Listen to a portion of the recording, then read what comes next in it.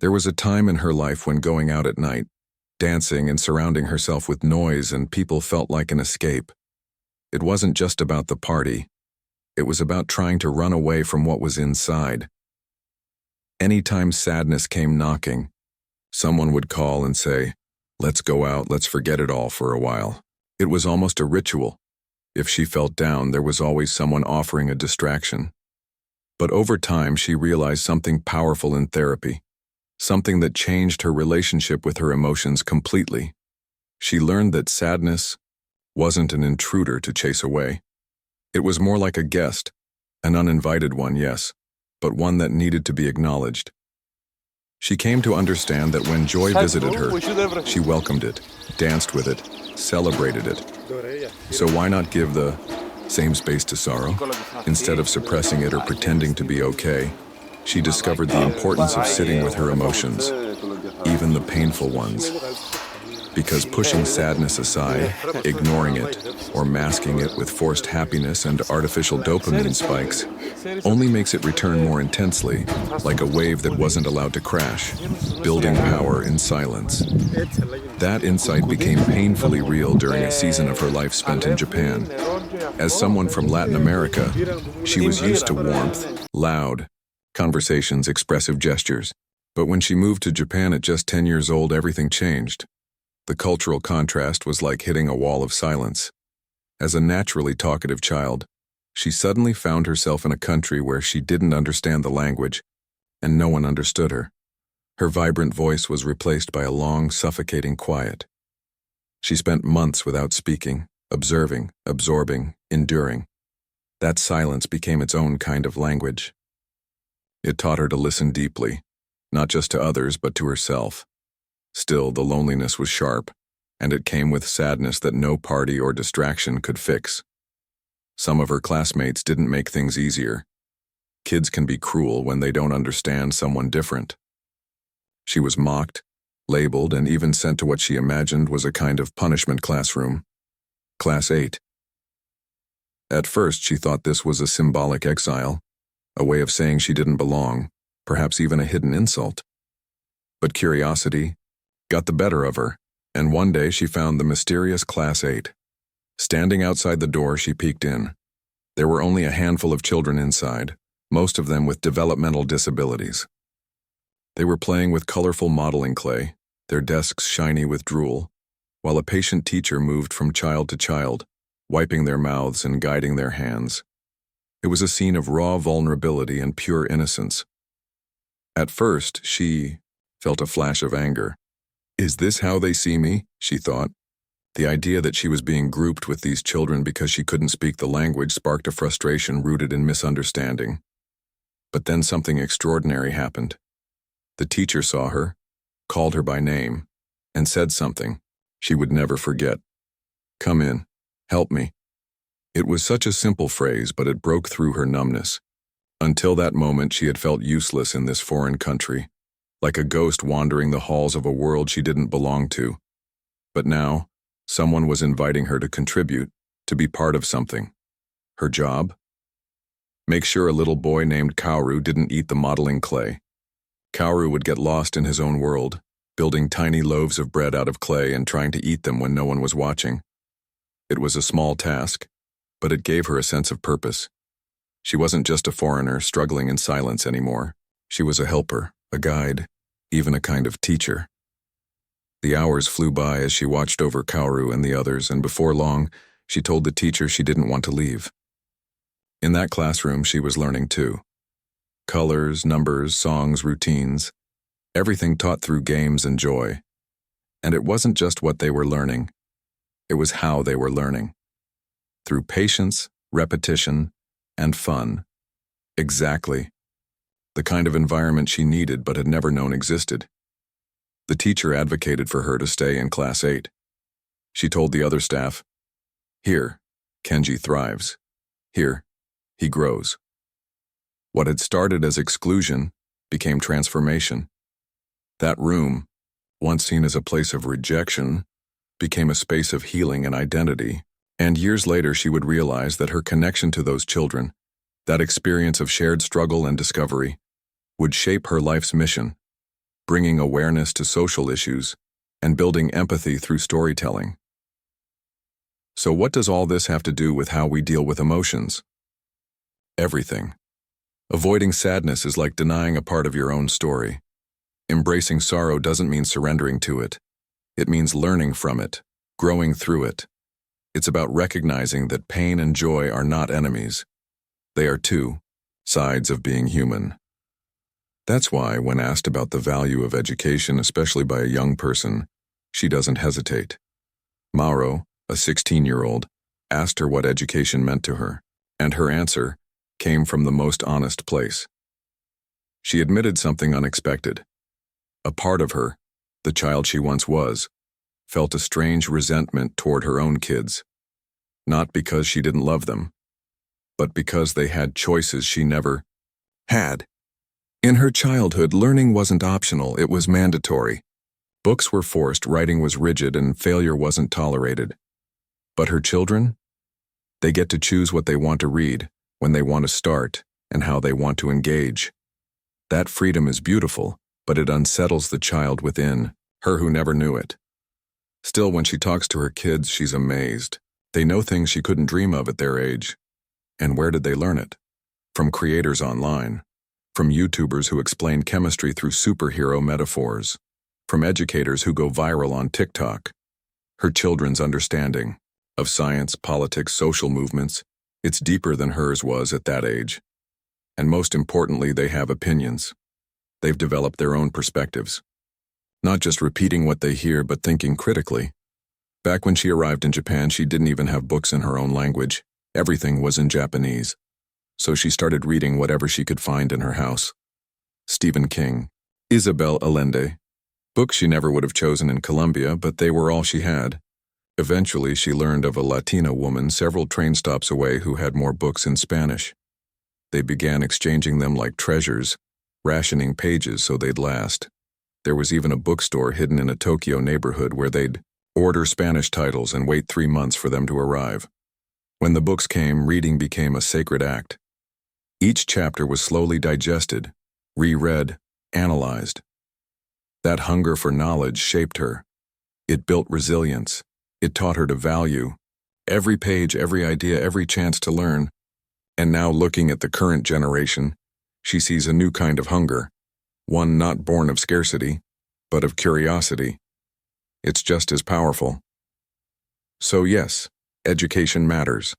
Not just the kind that happens in classrooms, but the kind that happens in silence, in sadness, in unexpected places like Class 8. Because in those spaces we don't just learn facts, we learn who we are.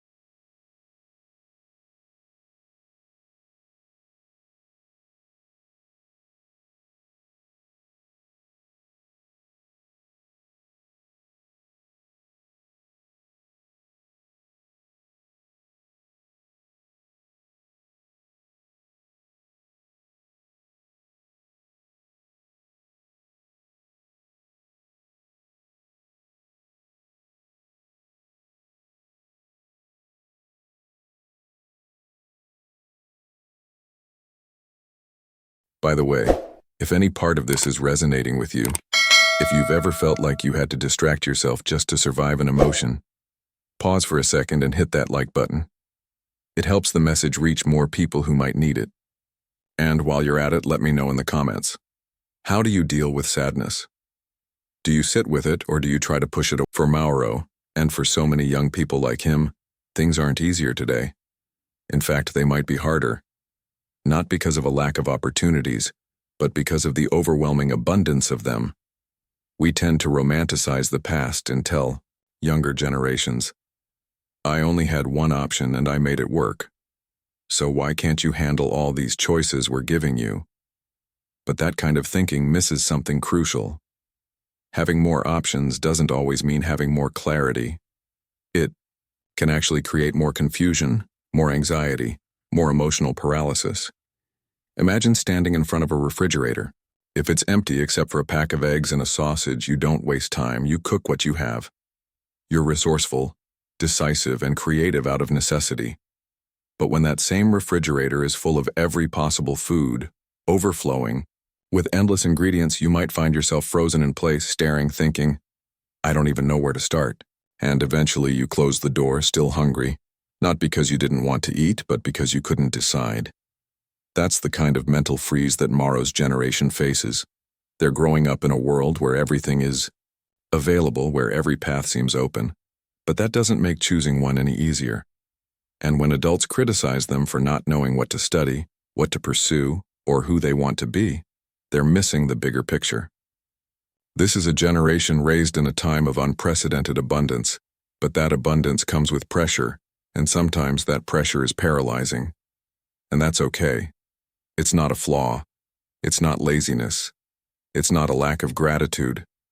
It's a real psychological effect. The more choices the brain has, the harder it is to make a decision. That's science. And that's what Mauro and his peers are dealing with.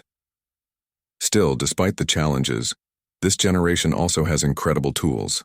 And some of the most powerful tools they'll ever encounter are teachers, the ones who don't just instruct but inspire. The kind of educators who stay with you for the rest of your life. For me, it started in class 8, with a kind and patient teacher who gave me purpose at a time when I felt lost. But later there was someone else, a man who would completely reshape how I understood both education and life itself, my English teacher, Saito Satoshi. Now let me set the scene. Learning English in Japan isn't easy, especially for Japanese students. The Japanese language, much like Spanish, is flat in its intonation, no tongue-twisting sounds or exaggerated expressions. English, on the other hand, demands movement, tone, rhythm. So Japanese teachers had to literally bring in native speakers just to demonstrate how to move their mouths, sticking out tongues, curling them for certain words. I remember entire sessions where we'd draw pictures of tongue, positions. It was like phonetics boot camp. Now imagine this. I didn't even speak Japanese fluently yet. I was a Spanish-speaking kid, expected to learn English in Japanese. The layers of confusion were immense. I sat in class, completely lost, thinking, how am I supposed to learn English through a language I still don't understand? It felt impossible. But then came Saito. He wasn't like any other teacher. In a culture where formality and quiet discipline were the norm, Saito was loud, theatrical, even wild.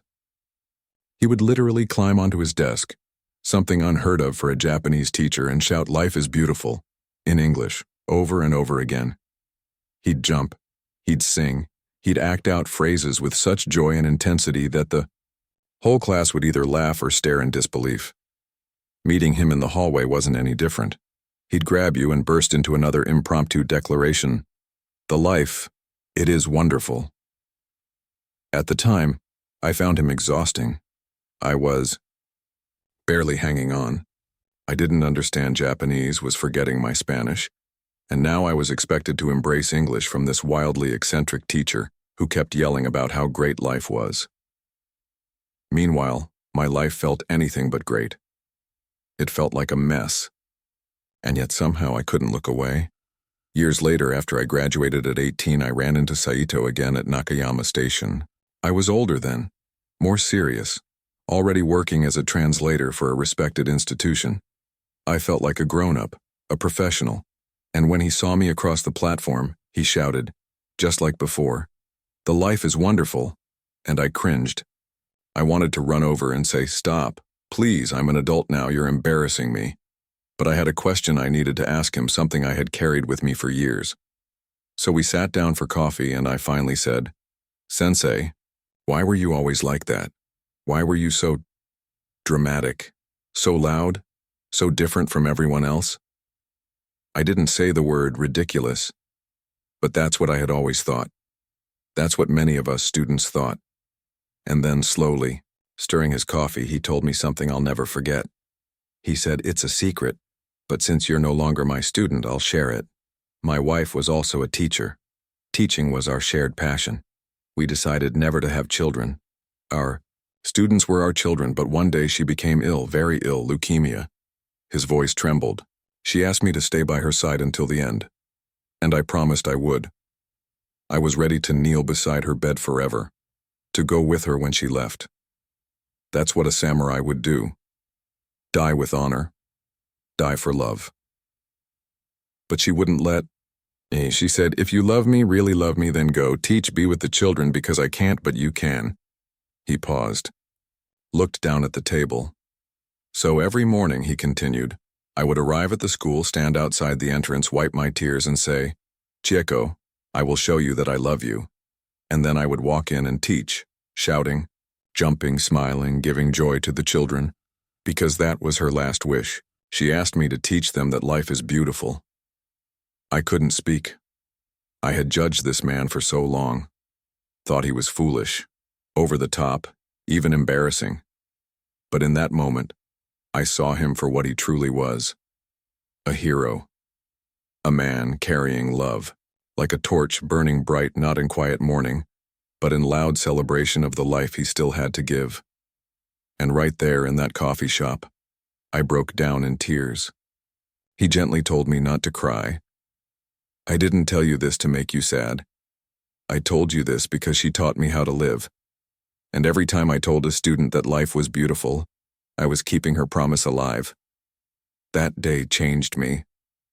I apologized to him, told him I had misunderstood everything. And from that moment on, whenever life gets hard, when I feel like giving up, I remember him. I remember Chieko, and I whisper to myself, "Come on, life is beautiful."